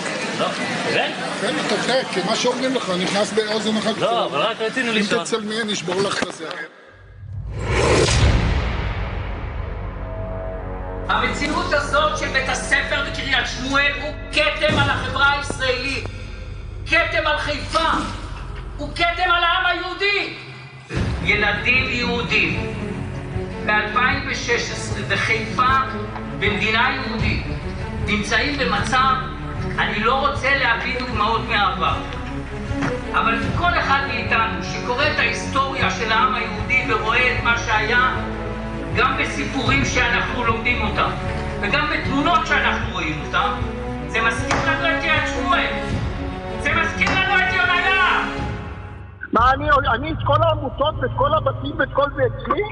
אצלי יש את האוטיסטים, אצלי יש את החסרי בית, אצלי יש את זה. מה קרה לכם? מה קרה לכם? קודם כל, ההתנהלות של ראש העיר היא בעיניי בגדר שערוריה. ראש עיר מדבר בצורה כל כך אטומה, בצורה כל כך מחפירה בעיניי, אנטי-חברתית, אנטי-סוציאלית, כי לא יכול להיות שראש עיר במדינת ישראל כל כך אטום. זאת לא הפעם הראשונה שיהב מתערב בהחלטות כאלה ומונע מאוכלוסיות חלשות להתגורר בחיפה. אני לא מרשה לאף אדם שלא גר פה לשלוח את ילדיו למערכת החינוך שלי, למעט הדרוזים מדליה ועוספיא. ודרוזים במקומות אחרים? לא. אוקיי. לא, שראשי הערים שלהם ידאגו להם. למה? כי הדרוזים של דליה ועוספיא זה השכנים שלי, השכנים המיידיים שלי. ואנחנו מאוד אוהבים אותם ונקשרו חיינו בחייהם. ואנחנו משקיעים כל כך הרבה כסף מהתקציב של העירייה במערכת החינוך, שזה הארנונה שמשלם המיסים פה.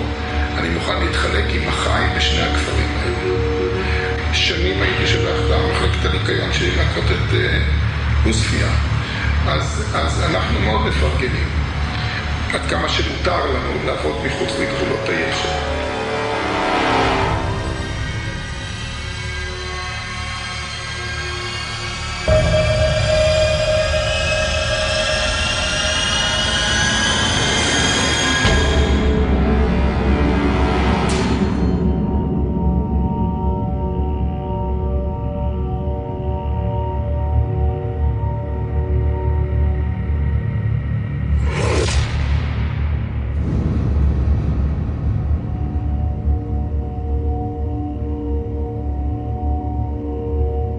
יצאנו לבדוק, והפעם כיצד דואגים בעיר חיפה לחברו הטוב של האדם. פתחנו כלבייה שהיא לתפארת עיריית חיפה.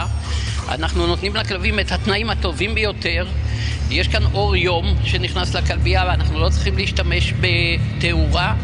אנחנו מקבלים פה עברור תמידי שנכנס. רגע, אז ברשותך אנחנו מבינים שגם ניתן לשלוט בפתחי העברור האלה. ודאי. אנחנו כל תא יש לו תריס שעולה ויורד. התריסים האלה יורדים אוטומטית בלילה, בבוקר כל תריס עולה באופן עצמאי כדי שהכלבן שבא יוכל לראות מה המצב של כל כלב וכלב. כמובן אנחנו דואגים לתנאים של ניקיון ואוכל ומים, שזה דברים טריוויאליים. נושא הניקיון הוא דבר חשוב ביותר מבחינתנו. לסיכום ניתן לומר שזה היחס הראוי לחברו הטוב של האדם. אפשר להגיד שזה היחס, בעצם זה היה החלום שלנו בחיפה.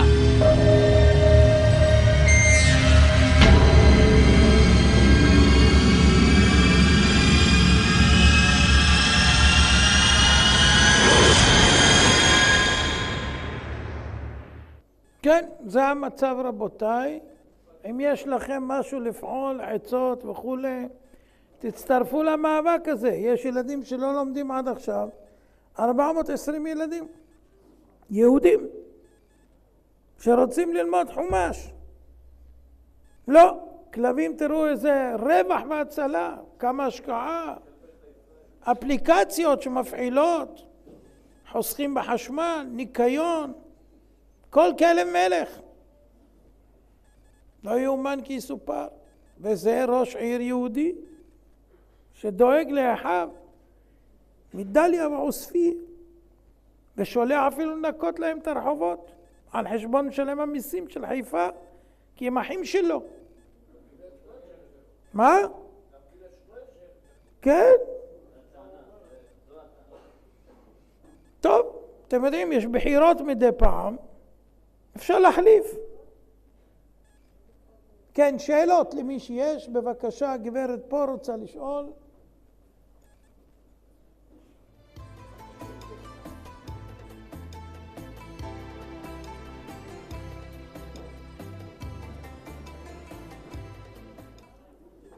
לא שומעים? עכשיו? כן. ערב טוב. ערב טוב. אנחנו היינו מתומכי קהילות פז, שלצערנו זה לא צלח, משלומי. רציתי גם להגיד תודה רבה על ההיריון הראשון, אתה בירכת אותי, שאחרי 2 הפלות נקלטתי, ותודה להשם ההיריון צלח. וכרגע ילדתי בפעם השלישית, וילדתי בחודש 7. ילדתי תינוק קילו. תודה להשם הכל בסדר, אבל מאז נהיו לי קצת חרדות. מה הרב יכול לברך אותי? מה החרדות? שחסר לך כמה קילוגרמים? לא, אבל אתה יודע, מין כמו דיכאון לידה כזה. איזה דיכאון, איזה לידה, במקום שתשמחי. ברור שאני סומכת, אבל מה שאני זה, אתה שמחה. יודע, יש כאלה שהשם ירחם לא מצליחים ללדת, יש כאלה שלהם ילדים בכלל, יש כאלה שילדו והשם ירחם לא נשארו, יש כאלה שילדו בעלי מומים, יש כל כך הרבה צרות, ואת קיבלת הכל ומצאת לך עכשיו איזו עצה. לא, ממש לא. להיות חרדית, חורדת, נחרדת.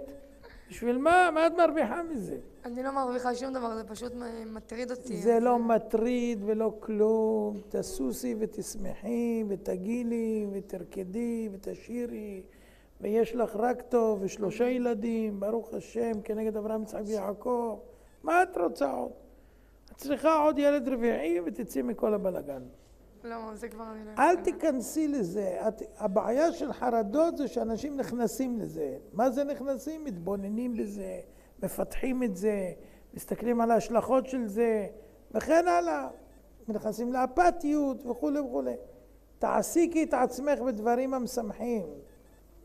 יש לך ילדים, מה, תכניסתי אותם לדיכאון.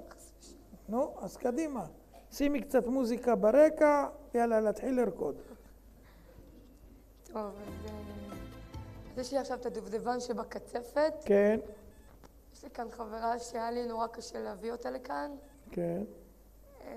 ברוך השם הצלחתי. היא 9 שנים נשואה, ואין לה ילדים. ובעלה גם קצת חולה, לא מרגיש טוב. אז אם הרב יוכל לברך אותה. רגע, אבל הם שומרים תורה ומצוות? הנה, היא פה לידי. כן, אבל חוץ מכיסוי ראש. אז אנחנו נעשה עסקה, תשימי כיסוי ראש, בעלך ילמד 2 בתענית דיבור כל יום 3 חודשים רצוף, את תלמדי ספר שערי תשובה של רבנו יונה 0.5 שעה כל יום 3 חודשים, ואני אברך והציבור יענה אמן, שתפקדי מהרה. מסכימה? לא. מה, את לא רוצה שיהיה לך ילד? את לא רוצה. את לא רוצה. הנה, אני מציע לך.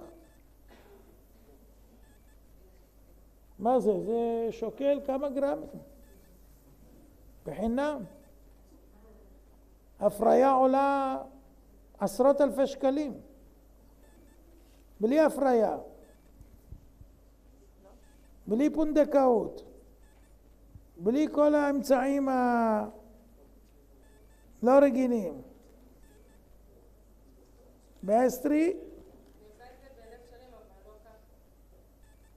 לא ככה, אני אתן לך מפה בלי ככה.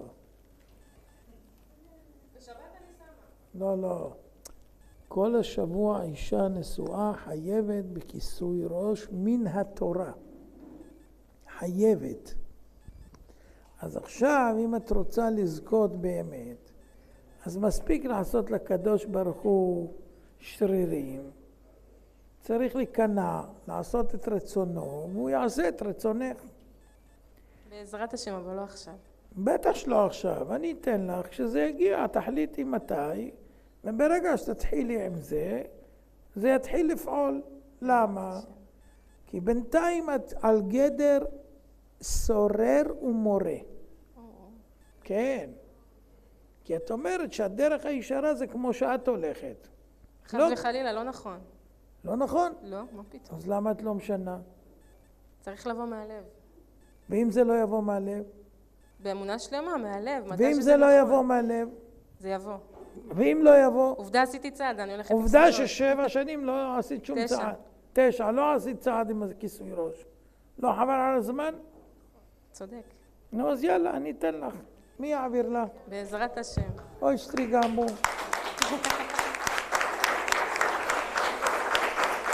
תודה. כדאי לך לנצל את זה הערב, כי אני עכשיו, תקשיבי, כדאי לך, כדאי לך לנצל את זה הערב, כי אם אני משחרר את הברכה והציבור יענה אמן, יהיה לנו הפתעה לשנה הבאה. אני מאוד רוצה, אבל אני לא רוצה ככה. למה? למה? למה? מה זה? אני לא עושה דילים, אני רוצה שזה יבוא מה לא יבוא? למה שיבוא? יצר הרע לא רוצה שיהיה לך ילדים, הוא רוצה שתמשיכי למרוד בקדוש ברוך הוא. זה מרד. את פשוט מורדת בקדוש ברוך הוא, הוא אומר לעשות, ואת אומרת לו, אבא לא רוצה לעשות. בעזרת השם אני אשים. אם את רוצה הערב תרוויחי, את לא רוצה, אין בעיה. זה ההזדמנות שלך. אני רוצה שתברך גם את בעלי.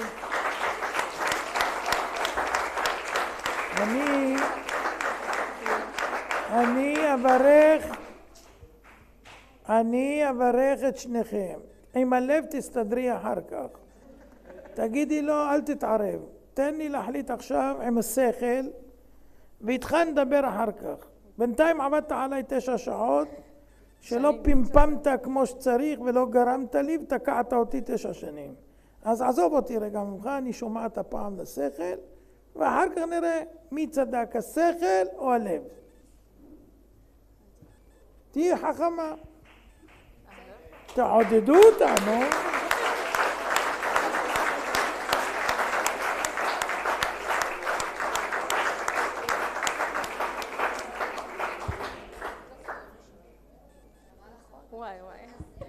כבוד הרב, אני מוכנה לקחת אותה לאיפה שאני קונה כיסוי ראש, כל הכיסויי ראש זה יהיה עליי. יפה מאוד, נו הנה, כבר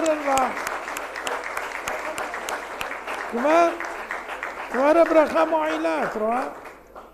כבר יש תומכים, כבר יש מתלהבים. אני מפחדת שזה פשוט היום סבבה אני אשים, ואחר כך מה יהיה? למה שתורידי? בואי תסבירי לי למה שתורידי, רק תסבירי לי למה. לא יודעת. מה? נשאל אותך שאלה.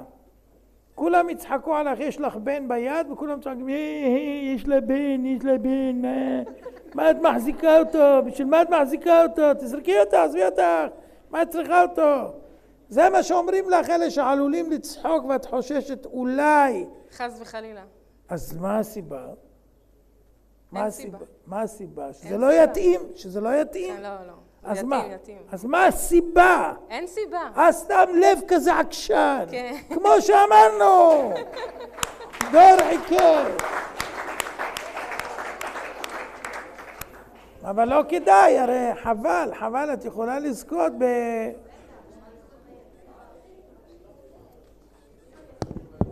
למה שתתחרתי? בואי נברר את זה, למה שתתחרתי? תגידי. מה זה את לא יודעת? תגידי, יכול להיות שאת באמצע ההיריון, תפסיקי אותו, תגידי, לא יודע, אני התחרתי, לא רוצה ילדים, לא רוצה. יכול להיות? הנה את מתחרטת. אני עכשיו נותן לך אפשרות שיהיה לך ילד, ואת כבר מתחרטת. לא רוצה ילד, לא עכשיו. עשיתי דיל. אשראי.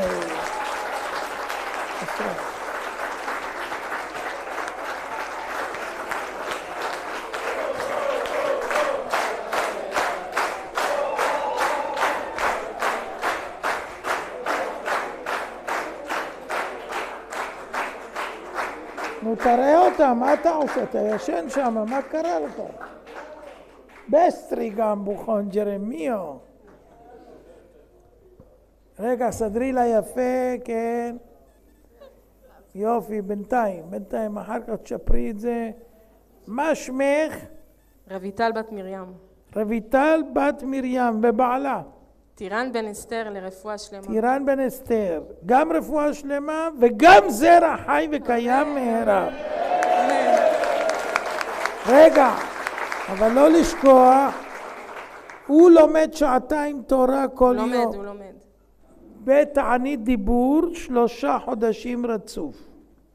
את לומדת כל יום חצי שעה ספר שערי תשובה של רבנו יונה 3 חודשים רצוף. יום זה מהבוקר שקמים עד שהולכים לישון. לכן הוא בראש השנה ויום הכיפורים, גם במוצאי יום הכיפורים זה יום הכיפורים נחשב, עד שהוא הולך לישון. כי אם הוא יהיה ביום עמוס, אז יש לו 2 שעות בלילה, מספיק ללמוד את 2 שעות, לא לפספס יום. בעזרת השם תראו ישועות. אמן. כן. כן גברת. כבוד הרב, יש לי 2 שאלות. ערב טוב לך. ערב טוב גם לך.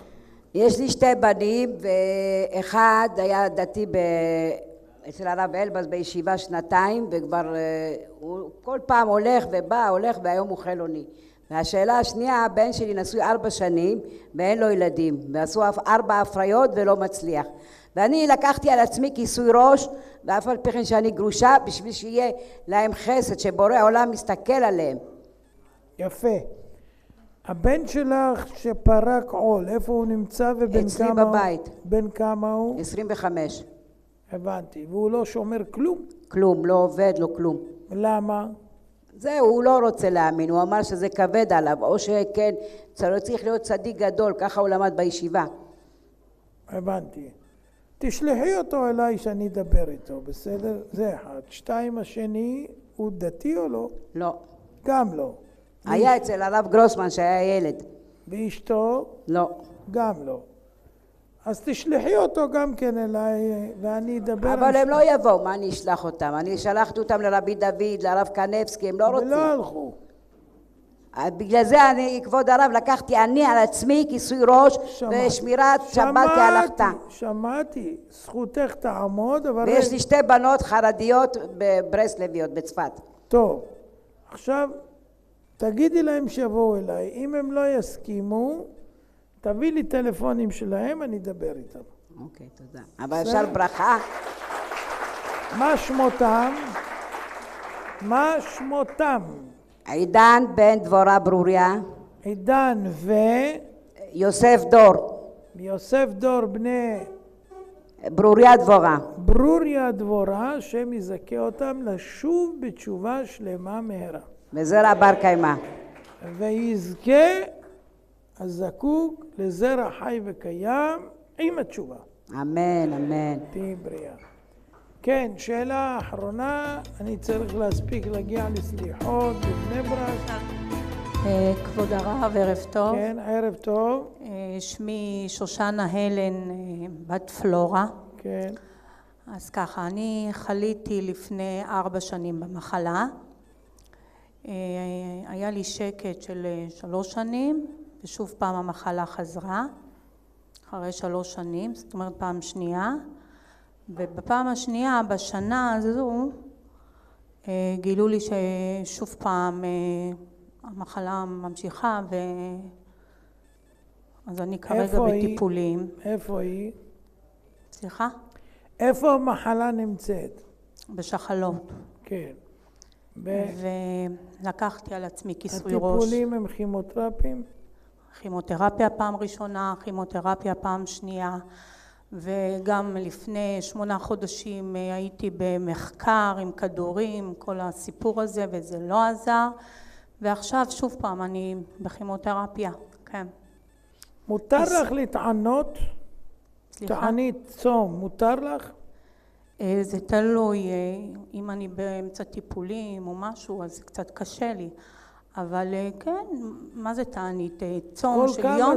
כל כמה זמן יש לך? אני עושה טיפול כל שבועיים, וזה 2 טיפולים למעשה, אז טיפול אחד שהוא כל שבועיים, וטיפול אחד שהוא כל חודש. תשתדלי לעשות 2 תעניות. זאת אומרת, תענית אחת זה יהיה יומיים רצוף 48 שעות, ועוד אחת 48 שעות. שזה יכסה תענית 40. תענית 40 זה התענית שעשו מרדכי ואסתר לכל היהודים וביטלו את הגזרה של המן. והגזרה הייתה להשמיד, להרוג ולאבד את כולם. וכדי לבטל את הגזרה, תענית 40 מועילה. במקום 40 יום, שאת לא יכולה בגלל הטיפולים, אז אם את מצופפת ל-48 שעות, זה נחשב ל-27 ימים שאת צמה. אם את צמה יומיים רצוף, 48 שעות. כמובן, לפני שאת צמה, את תאכלי ענבים ותאכלי דברים שיחזיקו אותך וכולי, כדי שלא יחסר לך נוזלים וכולי, ועומדים בזה, זה לא כל כך אסון. אחרי שתי התעניות האלה, כמובן, את תבקשי מהבורא יתברך, שאת חוזרת בתשובה שלמה, מבקשת רחמים גמורים, מאוצר מתנות חינם, שהקדוש ברוך הוא ישמע לתפילותייך ויתקדש שמו יתברך בך, שיראו כולם שהתשובה מועילה והתעניות עוזרות, ותוכלי לחזור לבריאותך ולתקינות מלאה. אמן. מה שמך? מה שמך? שמי שושנה הלן בת פלורה. שושנה הלן בת פלורה, השם יזכה אותך לרפואה וישועה מאוצר מתנות חינם מהרה. אמן, תודה. עוד דבר קטן, לגבי הכיסוי ראש, אני פשוט רק 3 חודשים שלקחתי על עצמי כיסוי ראש, אז אני רוצה להגיד לבחורה הזו שהיא מאחורה, שזה באמת לא נורא ושזה כיף, ושמתרגלים לזה מהר מאוד, ותעשי את זה. לא רק זה, בפרט אם יהיה בייבי. נכון, זה שווה. תביא לגברת שמה מאחורה, כן? שלום כבוד הרב. שלום. באמת כבוד להיות בהרצאות שלך. ההרצאה הכי ראשונה שהייתה לי זו ההרצאה שלך, וזה באמת פתחת לי עולם חדש.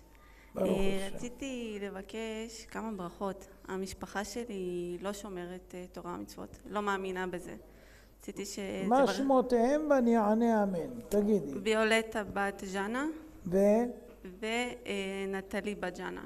יזכו לשוב בתשובה שלמה מהרה. אמן. השם יברך את הקהל בכל מיני דמיטב כתיבה וחתימה טובה בספרן של צדיקים גמורים. אמן. יש תציות, בואו.